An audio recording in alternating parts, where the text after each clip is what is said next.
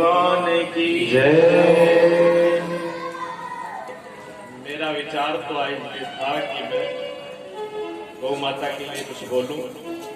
मेरा आज विषय बदल दिया मास्टर जी ने। एक जरूरी सूचना वो बता दूं, कुछ काम ऐसे होते हैं अगर उनको बिना विचारे, बिना सोचे, बिना समझ के करो तो वो किया हुआ बेकार नहीं होता, उसका परिणाम खराब होता है, पुण्य की जगह पाप बन जाता है अगर बिना विचार के किया जाए तो। बहुत से लोगों के ये विचार होते हैं, व्यक्तियों के विचार होते हैं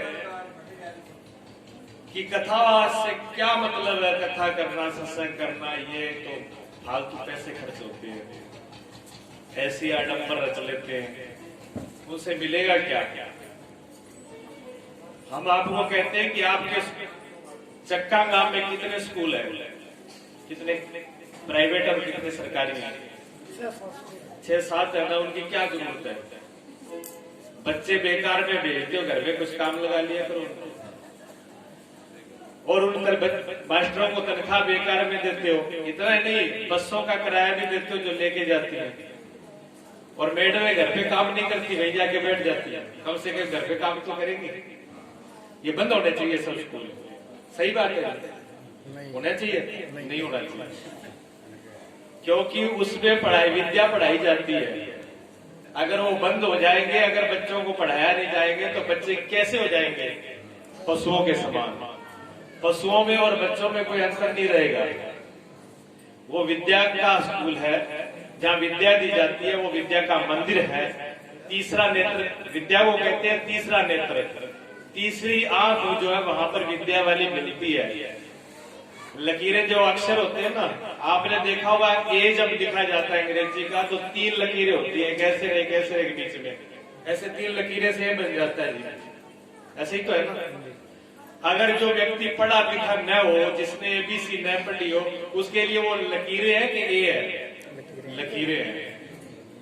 ए पर एप्पल तो तभी बनता है जब उनको पढ़ा दिया जाता है कि ऐसा एप्पल हो, ये ए होता है। और इसके ए के बहुत से जब पढ़ाते हैं बच्चे को तब तो एप्पल ही होता है, लेकिन पढ़ाने के बाद में वो सिर्फ एप्पल नहीं रह जाता। जब वो बच्चा MA BA डिग्री तक पहुंच जाता है तब उस ए से वो हजारों अर्थ निकाल देता है।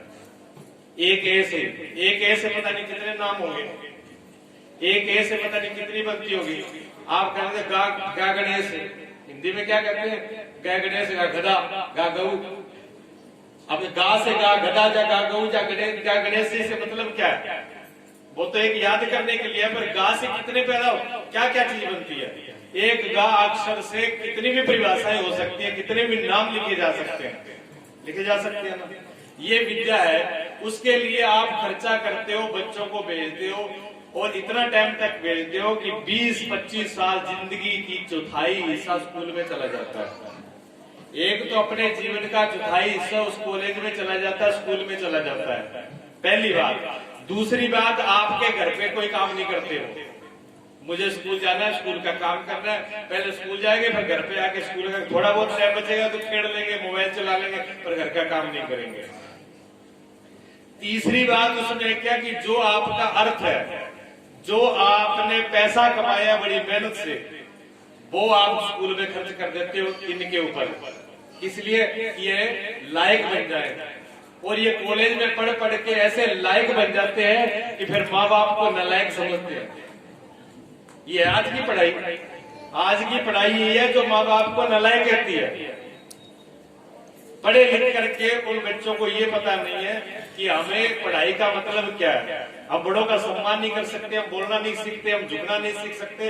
जो हमारे जीवन के लिए था उस चीज को अगर हमारे जीवन में नहीं आया तो वो विद्या का विद्या है, वो विद्या नहीं है, वो अविद्या है। ऐसी अविद्या भारत देश में शुरू की गई षड्यंत्रों के द्वारा, विधर्मियों के द्वारा, विदेशियों के द्वारा। हमारी संस्कृति थी, जो हमारे गुरुकुल थे, उनके सारे नियमों को ध्वस्त कर दिया गया। क्यों? कि अगर वो नियम रहेंगे, वो चीज अगर रहेगी तो फिर इनको हराने वाला कोई नहीं है। फिर इनका पूरे ये भारत क्या बोला जाता है? विश्व गुरु। पूरे दुनिया का गुरु ये भारत बोला जाता है, ऐसे नहीं बोला जाता। यहाँ पर प्रैक्टिकल होता है, पढ़ाया नहीं जाता। गुरुकुल के अंदर प्रैक्टिकल होता था, जरूर विद्या सिखाई जाती है, तो ये नहीं बताया जाता था कि बेटा ऐसा धनुष होता है और उस पर तीर चढ़ता है और ऐसा निशाना लगाया जाता है, ऐसा नहीं। गुरु हाथ में धनुष और बाण लेके खड़ा हो जाता था कि चल सामने। हाथ में डंडा तलवार होती थी, जहां तो तलवार उठा ली तो ये लगेगी ऊपर, और गुरु अपने साथ में ट्रेंड करता था। ये विद्या थी। आजकल की पढ़ाई में प्रैक्टिकल नहीं है, सिर्फ किताबों में पढ़ाया जाता है, और किताबें पढ़ पढ़ के बच्चे इतने समझदार हो जाते हैं, ये समझते हैं हम तो इंग्लिश जानते हैं, हम तो कंप्यूटर जानते हैं, हम तो मोबाइल जानते हैं, हमारे माता पिता क्या जानते हैं, तो पुराने जमाने के इनको क्या पता, ये तो बुद्धू है। बताओ ये कोई पढ़ाई है? जिनमें जो हमारे पूजनीय है, जिनका हमें सम्मान करना चाहिए, उनका अगर हम अपमान कर रहे हैं तो फिर ये विद्या नहीं है, अविद्या है। ऐसी विद्या तो ना पढ़ो तो अनपढ़ ठीक है, कम से कम इतना ही तो बोलेंगे पढ़ा लिखा नहीं है। और उसमें एक बात देखना आप, जो बच्चा पढ़ा लिखा नहीं है वो ज्यादा विनम्र होता है, उसमें अकड़ नहीं होती। देख लेना आप अपने गांव में भी, ये मेरा प्रैक्टिकल है। मैं इस गेट पे खड़ा हो जाता हूँ, आपको प्रैक्टिकल करके दिखा दूंगा। सुबह इसका आपके गौशाला के गेट पे खड़ा हो जाऊंगा और आपको प्रैक्टिकल करके दिखा दूंगा। ये देखना, ये बच्चा को बिना बताए आपको बता दूंगा ये बच्चा स्कूल में नहीं पढ़ा हुआ और ये स्कूल में पढ़ा हुआ। कैसे मालूम पड़ेगा? जो बच्चा पढ़ा लिखा कॉलेज में होगा उसका प्रणाम करना ही बता देगा। वो प्रणाम करेगा तो जहां तैसे हाथ कर देगा, जहां वैसे ऐसे कर देगा, और मंदिर के सामने जाएगा, ये प्रणाम है। ये हमारी संस्कृति में तो नहीं है जी, हमारे कहीं भी नहीं लिखा हुआ। हमारी रामायण कहती है जो पुरुषोत्तम मर्यादा अवतार है, जो मर्यादा के अवतार है पुरुषोत्तम राम जी, वो कहते हैं प्रातः काल उठ रघु नाथा मात पिता गुरु नामी माता।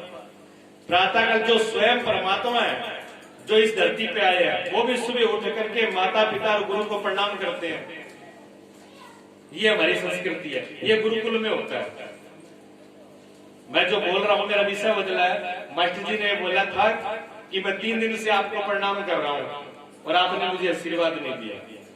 प्रणाम इनका करना ऐसे था मास्टर जी, अब आप पूछ रहे हो तो सबके सामने बता दूंगा। एक हाथ करके ऐसे, आप आधे झुकते आधे नहीं झुकते। मैंने कहा मास्टर जी आशीर्वाद नहीं मिलेगा। पहली बात तो यह है कि आशीर्वाद देने लेने की चीज ही नहीं है। आशीर्वाद मानवीय नहीं है, आशीर्वाद ईश्वरीय है। अगर आशीर्वाद मानवीय होता, देने लेने का होता, तो हर कौन गुरु ऐसा है जो ये नहीं चाहता कि मेरा शिष्य मानो? ऐसा कोई गुरु है? अगर ऐसा गुरु हो जो अपने शिष्य को मानना चाहता तो वो गुरु है ही नहीं, होने लायक है, वो गुरु होने के लायक ही नहीं है।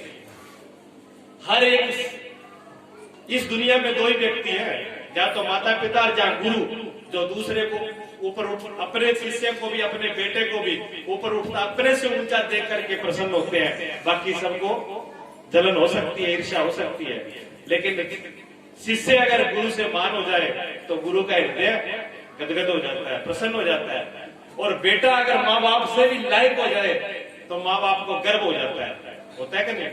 गलत तो नहीं बोल रहा? होता है। ये 2 ऐसे धरती के ऊपर है मार्ग जिनका ये होता है। तो मैंने कहा ये आशीर्वाद लेने की नहीं है, ना देने की चीज है। कौन माँ बाप ऐसा है जो नहीं चाहता कि मेरा बेटा सबसे बड़ा हो? माँ बाप आशीर्वाद दे दे, एक रोटी दे देते हो भिखारी को आप, वो आपको 50, 60, 100 आशीर्वाद देके जाता है। कुछ मत करो, उसके आशीर्वाद से काम हो जाएगा। वो जो मुंह से बोले हुए आशीर्वाद काम नहीं करेंगे। आशीर्वाद यहाँ से आता है। ये स्थान हृदय जो है भगवान का, अगर इस दुनिया में कोई भगवान का स्थान है वो हृदय के अंदर विराजमान है। सबके हृदय में विराजमान स्वयं ईश्वर है। और जब वो हृदय पिघलता है, द्रवित होता है, तब परमात्मा के घर से आशीर्वाद आता है। और उसके लिए क्या करना पड़ेगा? उसके लिए वैसी तैयारी तो हो, वो उसके लायक तो हो। जब तक आप स्कूल में एक कक्षा के पार करने के लायक नहीं होते, तब तक आगे की कक्षा में टीचर भी नहीं भेजता आपको। वो भी परीक्षा लेता है, पूरे साल पढ़ा करके फिर परीक्षा लेते हैं। अगर पास हो जाओगे तो आगे वाली क्लास में बैठोगे, नहीं तो वहीं बैठे रहो जाते। जब एक क्लास आगे होने के लिए भी परीक्षा होती है तो आशीर्वाद कैसे आ जाएगा जी? ऐसे उनकी भी योग्यता चाहिए। सरकार हर चीज की योग्यता लेती है। अगर आपको कलेक्टर लगना है तो कलेक्टर वाली पढ़ाई चाहिए, उतनी परीक्षा देनी पड़ेगी। जज लगना है तो जज वाली पढ़ाई और परीक्षा चाहिए। अगर आपको चपरासी लगना है तो चपरासी वाली पढ़ाई और परीक्षा चाहिए। जितने बड़ा आपको होता चाहिए अपनी उतनी बड़ी आपकी परीक्षा मास्टर जी हो जाएगी कि नहीं, उतनी बड़ी परीक्षा हो जाएगी जितनी बड़ा होता चाहिए। इसलिए अगर हमें परमात्मा का आशीर्वाद चाहिए तो वो चीज हमारे अंदर आ जानी चाहिए। जब तक वो चीज नहीं आएगी तब तक जीवन में कुछ होगा नहीं। परिणाम ऐसा ही नहीं है। परिणाम का महत्व जो है तो छोटा मोटा नहीं है, बहुत बड़ा परिणाम महत्व है। और उससे ये नहीं है, मनुष्य वृत्ति का एक श्लोक है, मनुष्य वृत्ति के अंदर तो लिखा है नित्यम वृद्धो पेशी विनः चित्रो वर्धन्ते सदा आयुर्विद्या यशो बलम। आयु, विद्या, यश और बल, ये सिर्फ प्रणाम करने से, अपने से पूजनियों को, अपने से बड़ों को, गुरुजनों को, भगवान को प्रणाम करने मात्र से ये चीज मिल जाती है, जीवन मिल जाता है। यानी मृत्यु को जीत लोगे आप, काल को जीत लोगे किससे? सिर्फ प्रणाम करने से। एक कथा आपको शास्त्री जी ने सुना दी थी, एक कथा शास्त्री जी सुना चुके हैं। महाभारत का जो प्रमाण है वो आपको दे चुके हैं, आपको याद होना और मुझे याद है। मैं याद कराऊंगा आपको याद आ जाएगा। कौन सा प्रमाण था? जब भीष्म पितामह ने प्रतिज्ञा ले ली थी कि कल पांडव नहीं बचेंगे, ये मेरी प्रतिज्ञा है, तो भगवान जानते थे कि कैसे बचेंगे। ये पता भगवान को था। भीष्म पितामह से कोई नहीं लड़ सकता, स्वयं भगवान भी नहीं। लेकिन भगवान के पास युक्ति है कि भीष्म पितामह की प्रतिज्ञा कैसे टूटेगी और पांडव कैसे बचेंगे, मृत्यु से भी उनको अभयदान कैसे मिलेगा। तो द्रौपदी को एक बात बोल दी जा करके, रात को गए भगवान, रात को शिविर में जाते हैं 12-1 बजे और सब पांडव सो रहे होते हैं। भगवान जाकर के पांडवों को जगाते, आपको नींद आ गई? कि हाँ जी। आपको नींद आ कैसे गई? भगवान कहते हैं आपने भीष्म पितामह की प्रतिज्ञा नहीं सुनी, भीष्म ने जो बोल दिया वो अटल है।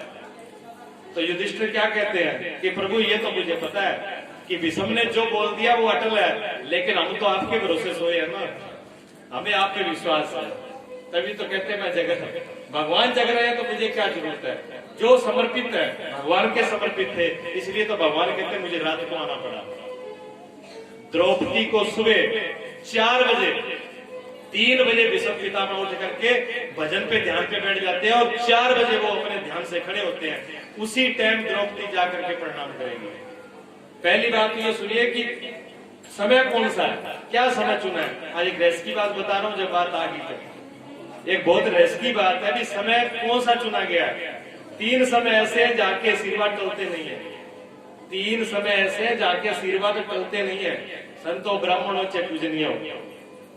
पहला तो जब संध्या से भजन करके उठे, कोई भजन पे बैठा है और भजन से उठा और उठते ही आपने अगर प्रणाम किया, लेकिन प्रणाम का कायदा होना चाहिए, वही बताएंगे। उस टाइम का आशीर्वाद टलेगा नहीं, जो मुंह में निकल गया वो सही है। उसके बाद में दूसरा टाइम कौन सा होता है? यज्ञ। यज्ञ के बाद में, यज्ञ होने के बाद, पूर्णाहुति के बाद में, जो यज्ञ के बाद में दक्षिणा का विधान क्यों रखा है? दक्षिणा का विधान कोई दक्षिणा देने के लिए नहीं रखा, दक्षिणा से मतलब नहीं है। महापुरुषों की करुणा थी, कृपा थी, उन्होंने बताया तो ये था कि आप जो है यज्ञ के बाद में कुछ ना कुछ चढ़ाकर प्रणाम कर लो कि उसमें जो आशीर्वाद मिलेगा